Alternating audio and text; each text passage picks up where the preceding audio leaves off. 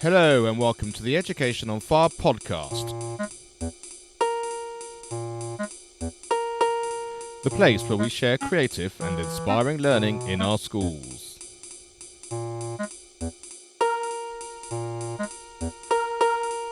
Season 4, Episode 43.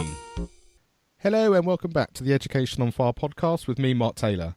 Today I'm joined by Ollie Tunmer, who's the director of Beat Goes On, which is a STOMP-style body percussion in samba workshop. And this is obviously very close to my heart as a professional musician and someone who delivers samba and percussion workshops in schools. So hopefully we'll have a lot in common and a lot to chat about. So, Ollie, thanks so much for being on the show today. Absolute pleasure. Hello. So give us a little bit of background about your percussion background and how the Beat Goes On got going and the sorts of things that it offers. Yeah, absolutely. Well, yes, I am, as you are, kind of a drummer and percussionist first and foremost. Playing since, well, very, very young age. I was kind of playing pots and pans, and then my mum was like, stop hitting my crockery. So kind of got me a drum kit. And then, basically went through as kind of music services and drum kit lessons and that kind of thing, and went to Kingston Uni to do a music performance degree. And then from there, I met a guy called Sam Alexander, who's a bit of a kind of internationally renowned authority on Afro-Brazilian percussion. And it was his kind of route that kind of got me into the London samba scene initially, and then I went to Brazil and played in the carnival, which was amazing. And then a few years later, I got involved with STOMP as a performer and as a workshop facilitator. And then I was a classroom music teacher for a couple of years. And then in the past couple of years, set up Beat Goes On. And we're now, as you said, delivering STOMP-style body percussion and samba drumming workshops and CPD throughout the UK and internationally. So it's quite a nice life. Fantastic. Give us a little bit of an insight into what it's like to be part of STOMP, because I would imagine lots of teachers and everyone listening will be just thinking that's quite a cool thing when you sort of see them on the telly. Or it does help, yeah. And also in terms of when I say body percussion, sometimes I get some slightly confused faces. They're like, what, just like clapping and stuff? And it's like, well, yes, there is that. But obviously, yeah, if you mention STOMP, they have a kind of a slightly better idea of things that are going on. Although we do focus purely on the body percussion element. There's no brooms or bins or anything. I leave that to the guys that are still doing it. Yeah. But yes, doing the show was great fun. I did the London show and the European tour, which was awesome. And I think I loved doing the show. There is, however, as I'm sure lots of kind of performers, there are lots and lots of waiting around, and I think that's kind of what got me. I'm not very good at just kind of going, I'm going to watch DVDs for another few hours. It's I like kind of being productive, which is kind of why I have the lifestyle I do now, where it's busyness is just a natural part of it. But yeah, so doing the 2 hours of the show was incredible, and working with some phenomenal performers, and really kind of learning a lot in terms of kind of stagecraft and how to kind of deal with mistakes as such, and how you actually turn them into something that works rather than just going, oh no, I got that wrong. And so kind of the whole live performance angle, and also STOMP have a sister show called the Lost Found Orchestra, which I was very privileged to be part of, and we ended up going to the Sydney Opera House and breaking the box office records there. So all in all, phenomenal part of my kind of performing career, and obviously a huge amount of where I am now. Yeah, and what I really like about that is what you said about the whole stagecraft thing, because I think the one thing that we often forget as teachers, and especially as a classroom teacher, is the fact that you have an audience every day that you're working with, and that you're encouraging, and you're trying to ignite that spark of interest in whatever it is that you're doing. And so I know a lot of people are slightly fearful about doing music in their classroom, but actually a lot of the skills that you need as a musician in order to deliver it, they actually already have, don't they? Absolutely. And also I actively encourage teachers to, show off a bit. If they're, if they can show, but like the performance side of whatever it is they specialize in, kids will really, really respond to that. And there'll be sometimes if I'm kind of in a kind of perhaps an afternoon session and it's a bit of a hot day or whatever, and just to kind of wake kids up a bit, I'll just stop what we're doing and I'll just go into a body percussion solo, just for the sake of, right, this is what we can kind of get to. And it's a bit showy offy, but it's actually it's hopefully going to inspire them to go, oh, okay, I'll kind of get on the case with this, and we'll kind of wake things up a bit, and it'll, kind of give everybody a kick up the butt, basically. Yeah, and I think it really does help that. I gave a lesson to a brand new student yesterday, and he's got some kind of musical understanding because he's been learning the guitar, but never he sort of looked at YouTube and then decided actually he'd like to learn the drums. So Right. I went along to give him some lessons. And we talked about various things, but I just spent literally like half a minute just saying, look, we're going to talk about this, and this is the reason we're doing it, and then you can kind of do this. And Nice. it wasn't anything particularly flashy. It was just kind of a little bit of drumming. But of course, Yeah. you could just see the spark goes, and their faces light up, and they start to Totally. smile. And it's like, then you've got them, and then almost anything's possible, isn't it? And that's really key. Absolutely. I mean, that's the thing, kind of saying things like, oh, this will benefit you in this way, and UCAS points and that kind of thing. And it's like, nah, if you show them what it is they're aiming for in terms of just good sounding and looking music, then that's going to be the thing that sparks them off. Yeah. And so your experience as being a classroom teacher as well, did that have any influence on how you structured how the beat goes on, or did it show you how you didn't want to do it? Or bit of both. It was I'm not afraid to say it was the two most stressful years of my life. It was hard work, no doubt about it. I mean, it was a bit of a kind of an unusual situation. I was doing it part time. I was only there kind of 2 days a week, actually. So I was there Mondays and Tuesdays. But it basically meant that I only saw the kids I was teaching in those kind of 50-ish minute lessons. And there wasn't really any opportunity to, for example, kind of meet up with kids at break times or any other times to kind of develop more in-depth one-on-one relationships. And so I'd kind of, have Mondays and Tuesdays and say, yeah, see you next week. And kind of, so the whole kind of, I wasn't really able to kind of develop any momentum. And at the same time as that, I was also trying to build up the workshops for the rest of the week, which, so it was quite an unusual situation. I kind of feel that as a music teacher, especially with all the extracurricular stuff that's kind of involved with that, really you need to be there all the time. And it is those kind of moments where you can kind of have a chat with kind of one or two of them separately, kind of in a break time or after school, whenever, and that can then feed back into the lessons. Often, I mean, I had some great music teachers as a student, but I really remember the extracurricular stuff the best, far more so than the lessons. And I'm sure I can remember enjoying the lessons, but in terms of the stuff that sticks in your head long term, it was, for example, the kind of projects we did in year 9 with London Sinfonietta based on Steve Reich, and we got to see him performing clapping music. And then I still remember that now, and that was that wasn't a lesson. That was that kind of that stuff that everyone remembers.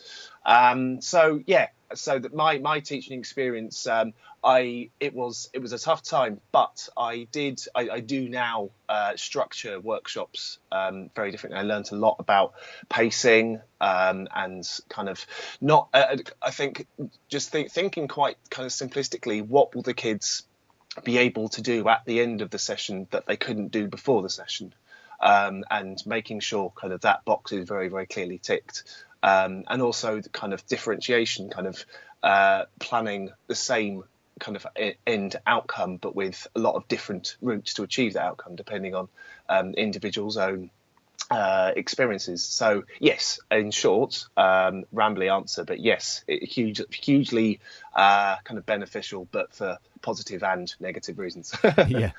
So give us a little bit of an understanding about the type of range of the workshops that you deliver then. So is it literally from early years all the way obviously through primary, which people listening will be really interested in, but then into secondary, and I guess it then goes sort of into corporate and that sort of thing as well, because like you say, very much so, yeah, everyone can be involved, can't they? Yes, I mean that's kind of, as I'm sure you agree, what I love about percussion is that you hit it, it makes a sound, and obviously it takes months and years and a lifetime to master, but it's that initial accessibility, and that kind of, especially when there's a whole group of you, kind of you do one sound, so, and there's no kind of technique to master before you can get that initial sound.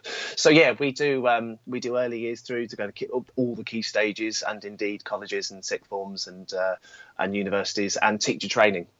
We have kind of an early years specialist, particularly a woman called Lily May, who's ace, and but then we also kind of employ various other specialists who may either be kind of better geographically suited to where the workshop's going to take place, or indeed have other specialities that we can kind of call upon so they can deliver stuff for us. Fantastic. So it really is, I guess, a whole countrywide opportunity. So anyone listening from anywhere in the UK can actually get in contact and actually see if a workshops are possible. Absolutely, and indeed internationally. Fantastic. We do indeed travel the world. I was lucky enough to be asked to deliver a keynote speech at the Latin American Heads Conference in São Paulo last April, which was nuts. In fact, the first evening, just before kind of the morning of my keynote, the guy came up to me and I didn't even know his name. We hadn't even introduced his names yet, and he said, "You're the luckiest. You're the bravest man I know." And I said, "Right, why?" He said, "You've come to Brazil to teach samba," and I was like, "Well, there's a bit more to it than that. It's not just that." And I'm aware I'm in São Paulo, so I wasn't purely there to teach samba, but I was doing body percussion and various other things. And I'd been asked to kind of, the theme of the conference was creativity. So I'd been asked to kind of practically and verbally describe my take on creativity. Right. But rather than giving that long rambly answer, I just rather cockily just said, yes, what of it? And although I'm nowhere near that cocky, he quite kind of, it was a jokey kind of comment from him anyway. So we were able to kind of talk about it. But we're able to kind of pretty much go anywhere currently, which is lovely. Oh, that's fantastic, especially as the audience of Education on Fire is, I think it's now in about 30 countries around the world, and it's literally is as far abroad as New Zealand. And there's been Japan and Yemen and quite a lot of people in the States. So who knows? You may get a phone call from absolutely anywhere. You can organise your next little tour as a little world tour. I look forward to it. The beat goes on. Absolutely. Fantastic. So for any teachers that are interested in having a workshop, let's take a typical primary school. How would the day be structured? How would it be? And I also know that you do sort of a one-off session as well as an ongoing relationship with the school. So explain how that works for us. Yeah, no worries. I mean, often with schools, it's kind of a balance of whether they want kind of more in-depth experiences for like one or two classes, or if they want every child in the school to have a bit of an experience. We often do kind of whole school assemblies on body percussion. So obviously again, another great thing about body percussion is there's nothing to set up. Conference organisers often like me because they'll think, oh, drumming workshop, how many hours do you need to load in? And I'll go, couple of minutes. And they're like, oh, right, because you are I'm the instrument. Yeah, okay, great. So body percussion, I think, very easy to organise. So we'll often start with the whole school thing, and then we'll work with whichever kind of key stages or whichever classes the teacher who's booked wants to focus on. We can do purely kind of body percussion side of things, and in terms of kind of composition skills and performance skills and little rhythmic warm-ups. We also tie it in with literacy, quite kind of key way. At a conference, I met a guy called Pi Corbett, who's a kind of within primary circles. I think literacy people will very much know of him, and Talk for Writing, which is the organisation and the kind of literacy ethos that he represents. We've done some work together developing a kind of creative kinesthetic approach to literacy, whereby we either take the set works that or set text that kids are looking at, or their own written work, and then we look at the kind of rhythm and pulse and emotional content of those words, and we kind of discuss how they could be kind of spoken out loud. And there isn't any one way, it's how the child decides it sounds best. And then we take the rhythms that we've kind of then decided upon in terms of spoken words, and we take those rhythms and put them onto body percussion. So it becomes a kind of, as I said, a kind of creative kinesthetic approach, which develops literacy and musical skills simultaneously. And it's not just reading and writing. There's kind of a whole other approach to it. So we can go down that route as well. Other things we've done, particularly primary, initially with BBC 10 Pieces, which some of you may or may not be aware of, but it's this brilliant program set up by the BBC, initially to get primary kids into engage with classical music, and they did these brilliant recordings of 10 very cinematic, engaging, famous pieces of music, one of which also was a commission by a composer called Anna Meredith, who's awesome, and her commission was a body percussion piece called Connect It. and we devised a workshop based on Connect It, not so much teaching the material itself, because she did videos to show how to kind of learn her moves and her rhythms, but more the ideas she'd incorporated, like canons and kind of the movements alongside rhythms and stuff. And so, yeah, we did a workshop based on that, and also kind of incorporating kids' own ideas for body percussion. And then since then, 10 Pieces 2 came out, which was a whole other set of 10 famous pieces, including Mambo from West Side Story. So we did another kind of a body percussion and Latin percussion workshop based on that.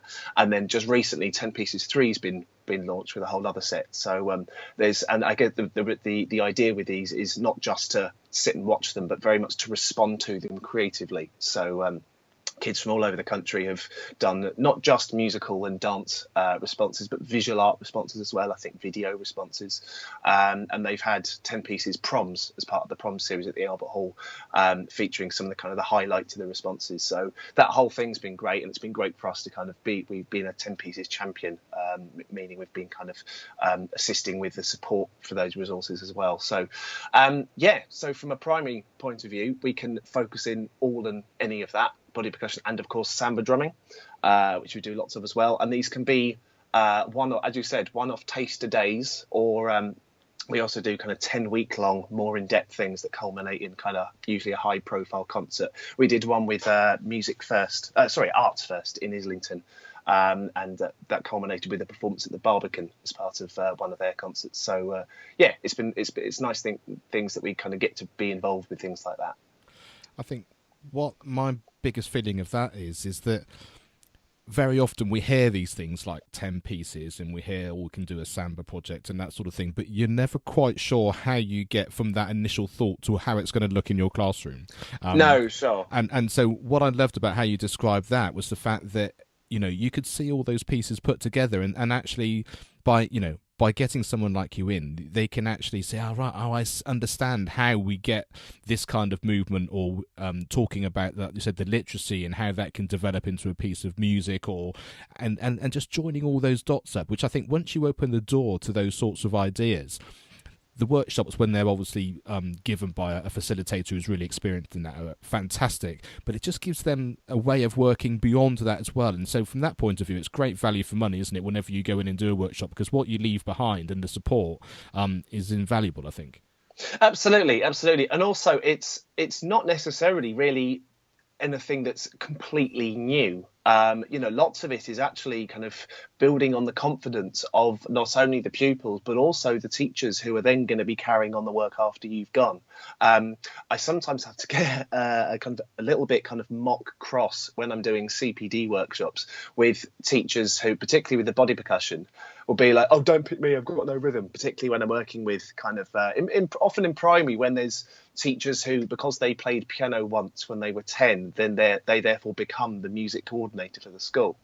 And understandably, there's a kind of a confidence element to work with. But I think if kids hear you, jokingly or otherwise, kind of consistently kind of go, "Oh, I can't do this. Oh no, I'm just going to," kind of not actually taking it seriously, and also not giving themselves the credit that actually you can do this. It is just rhythm. It's not some mystical thing that you can either do or you can't do. And so, yes, I often have to get a little bit more cross, going, stop being self-deprecating, basically. Kind of, if you try and trick yourself into thinking you can do it, you might actually be able to do it. And also with rhythms is that there are often simpler and more advanced ways of playing each rhythm or each approach. And sometimes I think when you're doing workshops with kids who are kind of perhaps more experienced, the teacher doesn't necessarily need to be able to play the rhythm themselves for the kids to be able to do it.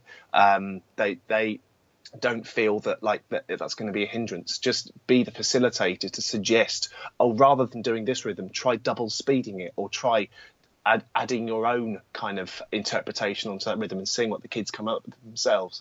So be the facilitator rather than, if I can't play it, I can't possibly teach it. I think that I don't think that's true. So yeah.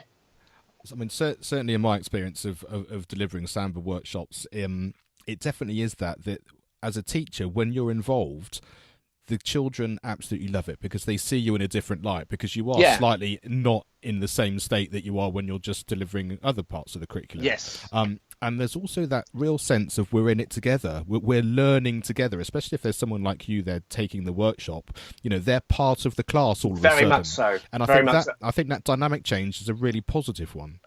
Yes, absolutely. And actually, as I think I'd probably speak on behalf of quite a few workshop facilitators, please asking teachers, please get involved. I think often, understandably, teachers' workloads are ridiculous, and it's understandable when teachers might use that time as when a visiting facilitator is coming in to kind of catch up on marking. I'd suggest, if at all possible, try and be involved in the workshop if you can, because as you said, it is hopefully good fun, and also the kids will really respond to you, not like making mistakes, and that's fine, but being part of that learning process with them. I think that all too many times there's teachers who from one way to another will just kind of sit in the back, and it's I kind of feel like, you know, you're missing out, and you know, and I'd like to kind of make it as a collaborative thing as possible. I try and get teachers involved in that process, and they're like, well, I'm not going to be able to do it. I think, well, you won't if you're sitting there marking. So yeah, you know, it's an ongoing challenge. Yep, I completely endorse that as an idea myself, certainly from my experience, and just sort of following on from what you said there is the fact that, you know, your class of students that may be age 9 or age 10 who we're expecting to be able to pick this up because it's a workshop designed for that age group. As a teacher, and as an adult, more importantly, you ought to be able to do it as well, because if we're expecting the younger children to do it, absolutely, less developmental coordination possibly, as an adult, you should be able to pick it up. We're not trying to sort of do anything, like you say, we're not taking you to Rio to do, you know, carnival properly, you know, kind of thing. No, we're not trying to trick you. We're not trying to catch you out. The more we can be involved in the whole thing, and actually, I mean, sometimes also from somebody who works, if you're doing kind of a whole day, particularly with Key Stage 1, having the whole kind of dynamic running alongside, working kind of with the CPD angle alongside it, it's quite nice for the facilitator to be able to kind of have an ongoing kind of commentary with a teacher while the workshop's going on. Oh, you know, you could try this, you know, in for the future, and kind of be delivering some CPD alongside the workshop you're delivering to the kids.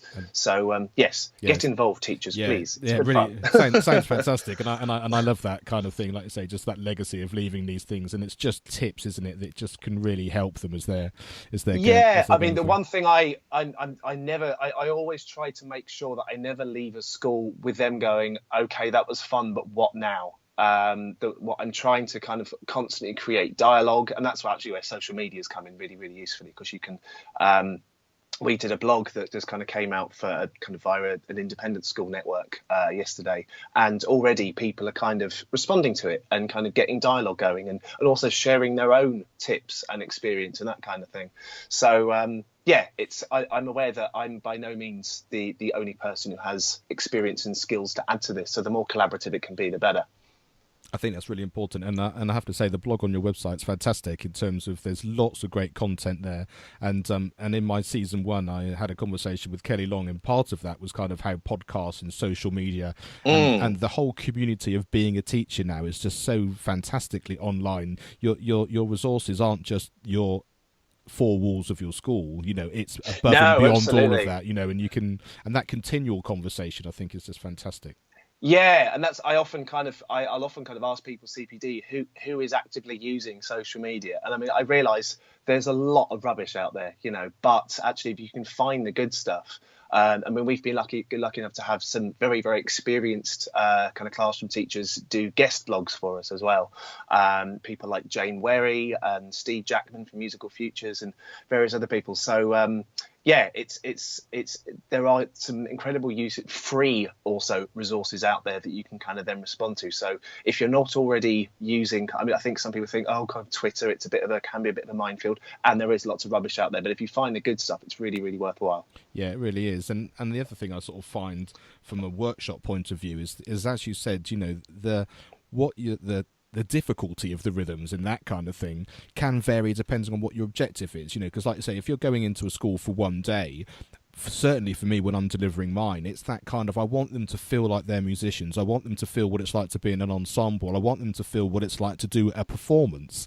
And so therefore sometimes just taking the difficulty down a fraction so that you can get a fantastic final result as a starting point is brilliant. Whereas, like you say, over a 10-week project, you know, we're building up step by step, we're increasing difficulty, we're making it more complex, getting the children involved in lots of different ways. And so it does make a difference, doesn't it, the type of program that you're trying to enter into. Absolutely. And obviously you're responding to kind of the needs, and also, you know, kind of what the kids bring all the time. I mean, obviously very much again from a musical futures approach, responding to kind of the musical experiences and tastes of the people you're working with. I often kind of do a bit of a kind of shout who's playing what, or dancing what, or singing what at the moment. And trying as much as possible to kind of base it on that. There's a kind of a chesty kind of body percussion-y thing, which the words of which essentially go boom, snap, clap, ba-boom, snap, clap, slap, boom, snap, clap, ba-boom, slap, shh. And whenever I ask kids to do their own kind of improvisations, lots of them come up with that. And I'm still to this day trying to find out who wrote it. Those of you who heard those words, if you recognise it, you'll recognise it from those words. But it's great because I'll say, well, I know for a fact that that's not your idea, but you know it and you like it. So see if you can then adapt it to add your own kind of twist on that pattern. And they go, oh, okay, cool. So they're not just, you know, straight cover version, but it's doing their own thing with it. But it's great that there's obviously this I have no idea who wrote it. I think Miley Cyrus has done a version of it, but I think it's pre her, as it were. So if anybody knows, let us know. Fantastic. And yeah, do get in touch. You can go to educationonfire.com, leave us a message under the podcast, and let us know if any of that's great, if it's familiar to anybody. And also I should just mention at this point as well that all of the things that we've talked about, whether it's talking about the Rio Carnival or Stomp or Pike Orbit, we're going to have links to all of these things on the website show notes, so great, the podcast show notes, so that you can just go there and just check it out and find out all these things that we've sort of mentioned and find out more in-depth information about them. And I hope that's a really sort of helpful resource as well. And splendid. Could be of good value to everyone. And absolutely. I believe you also got some free downloads on your website as well. Can you give us a bit of information about that? Yeah. So as well as the blogs, we've got various samba rhythm grids. We've got a kind of a guide to setting up a junk percussion group. In terms of the I guess there's a bit of a health and safety thing with junk percussion, because obviously instruments are made because they don't tend to fall apart as much. But using glass bottles, however, I mean, I say it's not necessarily a question of don't doing it, but knowing kind of best ways around it, that kind of thing. So there's junk percussion guide, rhythm grids. There's various videos actually of us doing kind of various body percussion things. I did a kind of a body percussion taster on the Let's Go Club for CBBS a year or so ago, and kind of people saw that and have responded to that quite well. And also we've kind of done similar things that we did Name That Nursery Rhyme, but as a body percussion thing. So we did kind of the rhythm of a nursery rhyme, and then people had to kind of guess what it was and indeed create their own and get, kind of, again, we're just trying to kind of create a little bit of dialogue, whether it be tips or indeed creating new resources, that kind of thing. But yeah, these are all available via the website. Fantastic. So for those people listening who just think, right, I need to get this person in to do a workshop or get the beat goes on, what's their best thing to do? Is it just to go to the website and get in contact, and then they can find out prices and how the details work from there? Either via the website or the email's info@beatgoeson.co.uk, but you'll see via the website kind of what's available for free. So yeah, and it'd be lovely to hear from you, whether or not it's for workshops or just to say hi. Fantastic. Well, Ollie, thanks so much for being on the show. I love Absolute pleasure. I love your enthusiasm, and I know the fantastic benefits these things have for children. Like I said, having done these sorts of things myself, and I'm really pleased, one, that there are people like you out there doing it, and also that it's available across the country and internationally, as you said, because a lot of people I know who teach in London, they have access to so many different things, but people who are further afield from some of the main cities find it difficult to get access to these things sometimes, and so having an organisation that will travel, I think, is a really important thing for them. Thanks. Yeah, no, absolutely. And but what I quite like about samba is that how it's kind of morphed going around the world. It seems to be in almost every little village that you come across, they've got a samba band going, and it's kind of emphasising that accessibility, not only in terms of musical experience but also in terms of age. So it seems to have just spanned the world, and then also taken on the local musical cultures of it as well. So for example, I used to play in a band in Brighton called Carnival Collective, which is a kind of a samba drum and bass type thing. Wherever it goes, it seems to kind of soak up the local culture as well. Yeah, brilliant, lovely. Well, great stuff. As I said, thanks so much for your time, and I really appreciate the fantastic information and the skills that you've given us today. And I hope to see you in a workshop myself one day soon. Great stuff. Thanks very much indeed. Thanks for listening to the Education on Fire podcast. For more information of each episode and to get in touch, go to educationonfire.com. Education is not the filling of a pail, but the lighting of a fire.